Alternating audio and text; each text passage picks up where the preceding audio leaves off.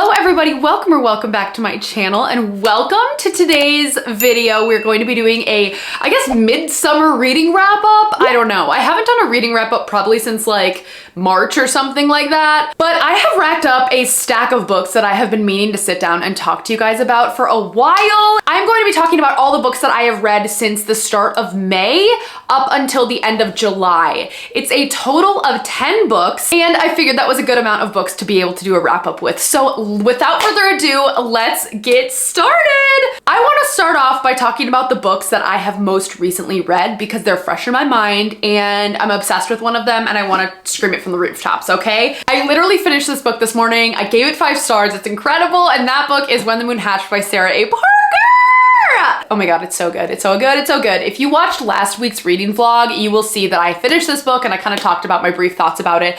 I read this book for like 2 months. You know what? Love Island season 6 took over my brain. Stardew Valley took over my brain. We had some road bumps along the way, but I eventually got it done. I ended up giving this book 5 stars. It was probably the best fantasy romance book I've ever read. I'm not even lying to you. In this book, you're following our main character, Rave. She is kind of an assassin. She basically works for this rebel group and carries out their like dirty deeds that they need done. She is someone who very much is in the name of justice and is someone who will get the job done when it needs to be done, okay? The story starts off with you following her as she gets assigned a few missions and she gets kind of caught up in some sticky situations, which end up leading to some other sticky situations, which ends up leading to someone who's really hot and beautiful and they end up having an enemies to lovers romance and it just kind of like starts twisting and turning from there. This book is incredible. It is an epic fantasy romance. Like, I feel like that's the best way to describe it. It really combines elements of epic fantasy, but then it has the underlying enemies to lovers romantic tension that we all love to see. It is very much a fantasy forward fantasy romance, first of all. So the book is like literally 90% fantasy, 10% romance, which is what I love. I personally prefer a book that really focuses on the world building, on the fantasy elements, and then brings in the romance. Like, you get to know the characters really well, and then you can start rooting for them as a couple together, and this book does this beautifully. Sarah A. Parker knows her way with words. When I tell you the writing in this book is some of the best that I've seen in a fantasy book, I am not lying to you. The writing could be described as quite flowery or very descriptive, but that is something that I really jive with and I really enjoy. I totally see how that could get on someone's nerves. Like, she very much is overly descriptive sometimes, and she tends to use the same phrases like throughout the book. One I can think of off the top of my head, she says, "My skin pebbled." She says that like all the time, which you just start to notice it, but like that's the same thing with Sarah J. Maas saying "for a heartbeat." Like, Sarah J. Maas loves "for a heartbeat," that phrase. So I think that there are some people who could probably not really enjoy that, but for me personally, I loved it. I really think Sarah A. Parker wrote this book for me, and I'm just so happy that I decided to get into it. The other thing that I didn't even mention is that there's dragons within this world, and basically people who want to have a dragon or tame a dragon need to go to where the dragons like hatch and live, and they need to like tame a dragon that way. They're not something that is common in society. Pretty much only like royalty or like high up political people have them. The world in this is so incredible too. It very much plays off of the idea of like earthly magic. I almost think of it equating to like Frozen, how you can control the elements and you can like hear the sounds of nature and stuff like that. And our main character has the ability to communicate with some of those elements. So there's a bunch of different elements to this book. It's beautiful. It's so well done. I cannot wait for the next one. There is something that got mentioned at the end that just left you on a big cliffhanger. And the next book doesn't come out until fall 2025, which is, oh, it's so long to wait, but I know Sarah A. Parker is cooking with this one. Like, I just have a feeling the next one's gonna be incredible. So 5-star fantasy romance, would recommend if you're a fantasy romance lover. Literally cannot sing its praises enough. The next book that I just finished a few days ago is The Housemaid by Frida McFadden. This is kind of like a domestic thriller. I ended up giving this book 2 stars, which is kind of tea because I feel like a lot of people really like this book, and I think it was like one of BookTube's favorite books of last year. Basically in this book, book, you're following our main character, Millie, as she applies and gets this job as a housemaid for a fairly wealthy couple who lives in Brooklyn, who has a young daughter. So everything starts off fine with this couple in the forefront. She's basically someone who is their live-in housemaid. She cleans for them, she cooks for them, she babysits the daughter. And then all of a sudden she starts seeing some pretty erratic behavior coming from the wife. The wife tends to gaslight her into thinking things that she had told her previously are not true, or she tells Millie, like, I told you to pick up our daughter on this day, and she actually said a different day. So there's a little bit of questioning of reality in the situation, and things just begin to unfold. I don't want to say too much because this is a thriller and I don't want to spoil anything, but to be honest, I kind of hated this book. I was okay with the book up until about the 50% mark. Then you find out a twist, and then I absolutely hated it, okay? I hated it. This book reminds me of a lot of other thrillers that I've previously read, and I read this book for a book club, and someone in my book club mentioned that the last Mrs. Parrish or something, it was like essentially the same exact book. So that kind of put me off a little bit. I haven't read that book before, but that was just something that someone had mentioned in my book club. The reason that I didn't like this whole book a lot is because there is domestic abuse in this book, and I don't like violence against women. I don't understand why people enjoyed that book that much. I guess like the twist at the end, maybe there's a little bit of like redemption there or whatever, but like hard pass for me. I just don't love and don't jive with anything that promotes domestic abuse. So yeah, hated it. Will not be continuing on with the series. 2 stars is generous. I also thought that the writing was very, very elementary. I felt like it was nothing special at all. The characters were very one-dimensional. The conversations also in the dialogue in this book was like almost like robotic and just like very predictable. I definitely saw the twist coming at the end. It was like not a surprise at all. And I was just kind of very underwhelmed, to say the least. But yeah, that's all I need to say about that book. I want to forget that I even ever read that. So 2 stars, maybe I should give it a 1. Let's move on to something a little bit more positive. The next book that I read was Heartstopper by Alice Oseman. 5 stars, baby. I absolutely love this book. It is incredible. Heartstopper stops my heart every time I read it. I'm obsessed, okay? If you don't know what Heartstopper is about, it is about Nick and Charlie. They are 2 teens who are coming of age, entering the latter part of high school, kind of going into adulthood, and you're following them throughout the series as they form a budding friendship turning to romance and the kind of coming of age obstacles that young adults and young teenagers face, including friendships, including sexuality, including difficulties with friendships, all of that kind of stuff. This series was turned into a TV show, which is absolutely incredible. I just love this series with my whole heart. It is so beautiful. It makes me cry every time. My heart just like literally explodes every single time I read one of these books. It's an absolute 5 star. This book came out in January and I just recently read it, and I just, can't say anything else but the praises. I love the conversation that this book talked about specifically. Nick and Charlie are kind of facing a turning point in their lives where they are deciding what they want to do after school, whether or not they want to go to college or not, and how their relationship will change after college. It's so beautiful, and like this is something that I feel like most people go through. Also, the other conversation that is brought up in this book is the question of intimacy with your partner and taking those first steps, especially as a young adult. And the conversation surrounding that was so accepting and inclusive and not shameful and open about talking about it with their parents. It was incredible, and I just wish that this was the type of conversation that was had with everyone when they are like becoming adult and exploring those feelings and all that kind of stuff. So I absolutely loved it. 5 stars. Every single book in this series is 5 stars. Like, it's just, no words with how I feel about this series. Hopping around a little bit, the next book that I finished during this time span is Spark of the Everflame by Penn Cole. Speechless. speechless. So this is the first book in the Kindred's Curse saga, and guys, the hype is real for this one. Again, fantasy romance, epic fantasy romance, enemies to lovers, slow burn. It's all of the things that you could ever want, that I could ever want, okay? This book follows our main character, Diam, who is a healer in this world where you have two types of people. You have kind of like humans or non-magical folk, and then you have the descendants, which are people who have been descended from gods that came down to this planet and then procreated with the humans or the folk that are on this land. Diam is a non-folk, non-magical type of individual, and she is a healer, and she basically works under the guidance of her mother and ends up getting into becoming a healer for the descendants in her realm. And I loved this book. I gave this book a 4.5 stars. The reason why I love this book, again, going back to When the Moon Hatched, fantasy forward series. It is so well thought out, well done.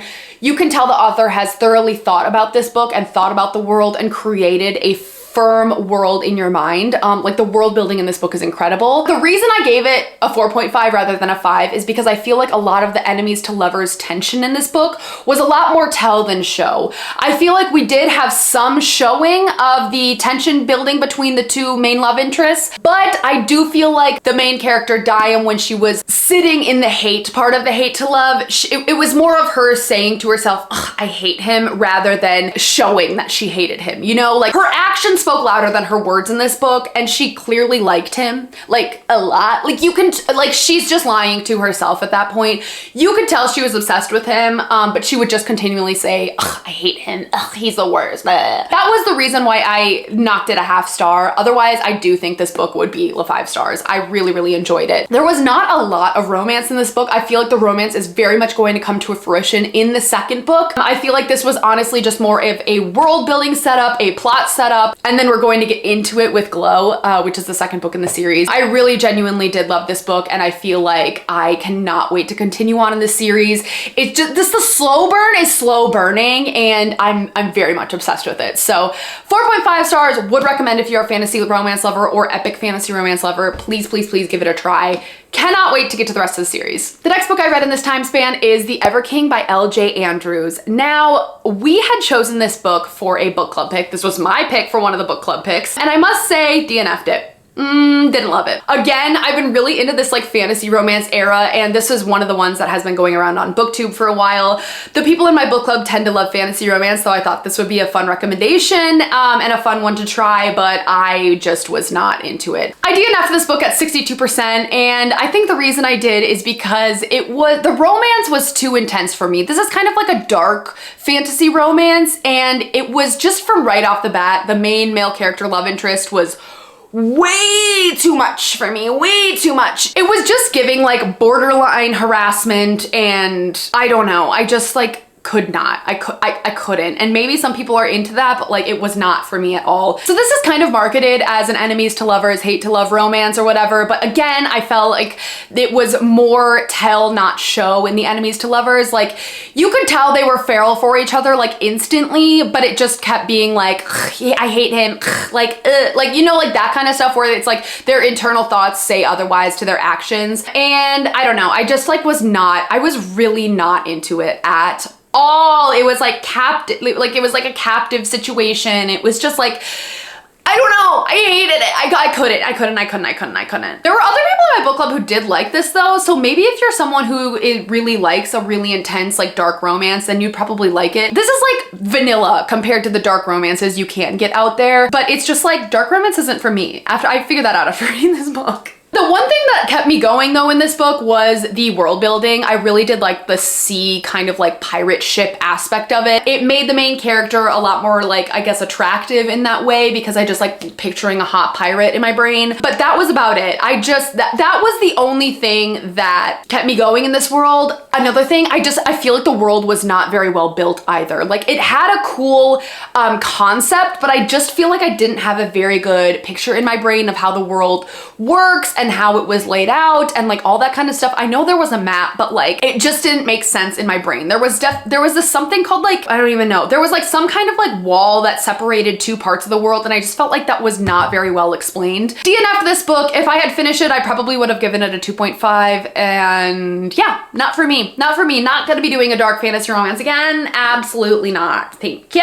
The next book that I finished in this time span is High Achiever, The Incredible True Story of One Addict's Double Life. This is by Tiffany Jenkins, and this is a memoir. I was recommended to read this by my coworkers, and I'm really glad I did. Like, I don't regret it. I gave this book a 3 stars. I listened to it on audio. It was very, very fast paced, and it was almost kind of like a thriller type writing, like short chapters, leave you on cliffhangers, that kind of stuff. I did enjoy this book. This book is basically about Tiffany Jenkins' personal experience with going to prison for drug activity and kind of the things that happened while she was addicted to drugs. It is a very eye-opening book about the lengths that someone will go to when you are in the throes of an addiction. And I mean, overall, it was a very sad story that ended up having a positive outcome. She was able to overcome this addiction, and now she is a published author and seeming to do very well in her life. This was definitely a story of hope given the situation that she was in and eventually being able to overcome the addiction. I don't know, I feel like this is a story that is very much unlike my own lived experience, but at the same time, I very much like learning about other life stories that are unsimilar to my own. I feel like I learned a lot from this book about like the prison system and what it's like for someone to be in the throes of addiction. And I did really enjoy like the fast-paced reading experience of this. It was quite easy to get through. It was quick chapters, like I said. The audiobook was very good, and it's read by the author. Yeah, I would definitely recommend this book to anyone who is interested in it or interested in learning more about addiction and other people's lived experiences with that. Gave it 3 stars, would recommend if you're interested. Next book I finished is Funny Story by Emily Henry. Now, this is a contemporary romance. I am normally not a contemporary romance girly, like at all, and this book definitely solidified that for me. No offense. So in Funny Story, you're following our main character, Daphne, who gets broken up with by her fiance because the fiance hooked up with his best friend on his bachelor party. It's a woman who is his best friend, and then they end up getting engaged. And Daphne ends up like getting kicked out of the place that they live in, and she is desperate to find somewhere to live. So she ends up moving in with the ex-boyfriend of the girl who is now the fiance's fiance. Does that make sense? Okay, basically you have Daphne and her ex-fiance, and then you have Miles and his ex-fiance. The two people who are best friends end up getting together. The ex-fiancés get together, okay? And then you have Daphne and Miles, and Daphne needs a place to live, so she moves in with Miles, okay? And the romance starts from there. I went into this book with a lot of hope, okay? I had heard great things. I had heard positive things. I feel like Emily Henry generally has a positive view on the internet, okay? And I have read at least 3 of her other books, and all of them were very mid. And this book was no exception for me. I read this book when I was in Italy, and it was a totally fine book to read on a vacation. It's very much a vacation read, but like, I just don't care about contemporary romance. Like, truly, I don't care. I ended up giving this book a 3.5 stars. I feel like what really carried it for me is the male main character, Miles. I have this picture of him in my brain. He's just like a crunchy granola, like, guy who wears Crocs and Chacos and like goes camping and like picks like vegetables on his farm. Like, he's just this like cutie pie who I absolutely loved. I loved his personality in the book. And then Daphne annoyed me a real lot. She was really, really annoying. I thought this book was totally average. Like, I don't know. I just feel like this book really made me realize that I don't love contemporary romance. Like, I'm fine reading a contemporary romance, but they're just not for me. I don't think I'm ever gonna give one of them a 5 stars.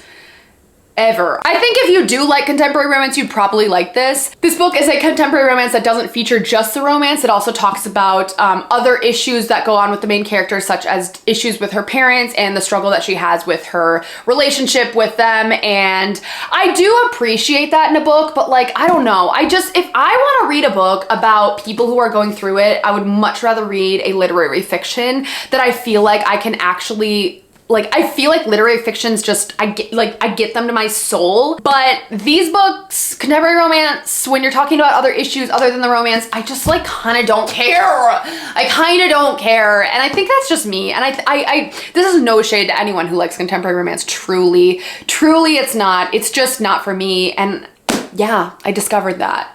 So I gave this a 3.5. Honestly, I would maybe give it a 3 because I feel like I don't remember a lot about it at this point. And yeah, that's it. It's not for me. It's just not for me. Next book I read during this time period is Slow Days, Fast Company by Eve Babbitt. I read this as a quick read for the Amazing Readathon. This is a book that has been sitting on my shelf for quite a long time. It's kind of like a fictionalized memoir, kind of.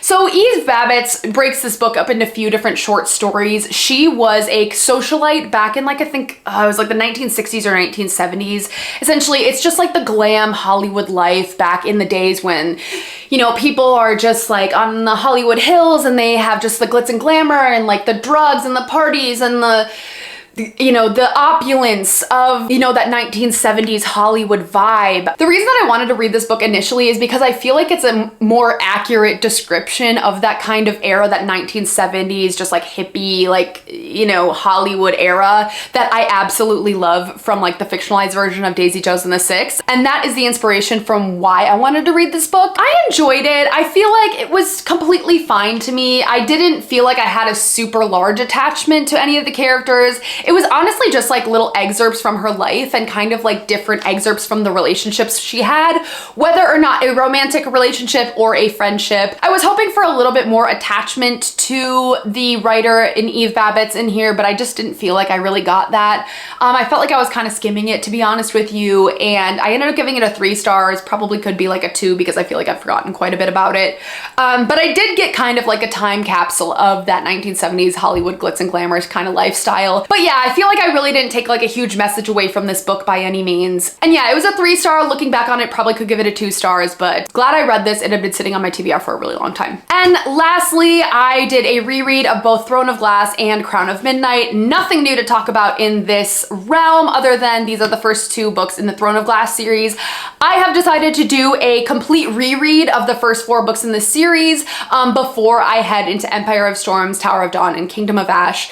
If you are newer to my channel, I used to do a Throne of Glass spoilery reading vlog series where I would do a complete spoilery reading vlog for each book in this series, but then I ended up stopping at Queen of Shadows and I want to complete the series now in this year. So must say Throne of Glass did not hit for me as great as it was on my first initial read. I did slowly reread this over a period of months and I've been listening to the audiobooks for these, but I gave this one a 4 star on the reread. I definitely was not as attached to it as I was the first time I read this, but I must say Crown of Midnight slaps on a reread. It slaps. I gave this a 5 star, absolutely 1000%. Crown of Midnight sets the books up so nicely, and I'm surprised like that this isn't the first one in the series, because I think Throne of Glass, it's good, but like this is where it kicks off. Like the ending of this book, love it, love it, love it. And now I'm starting into Heir of Fire, which I also think is going to be way better on the reread. So I'm very much enjoying the rereads of this series and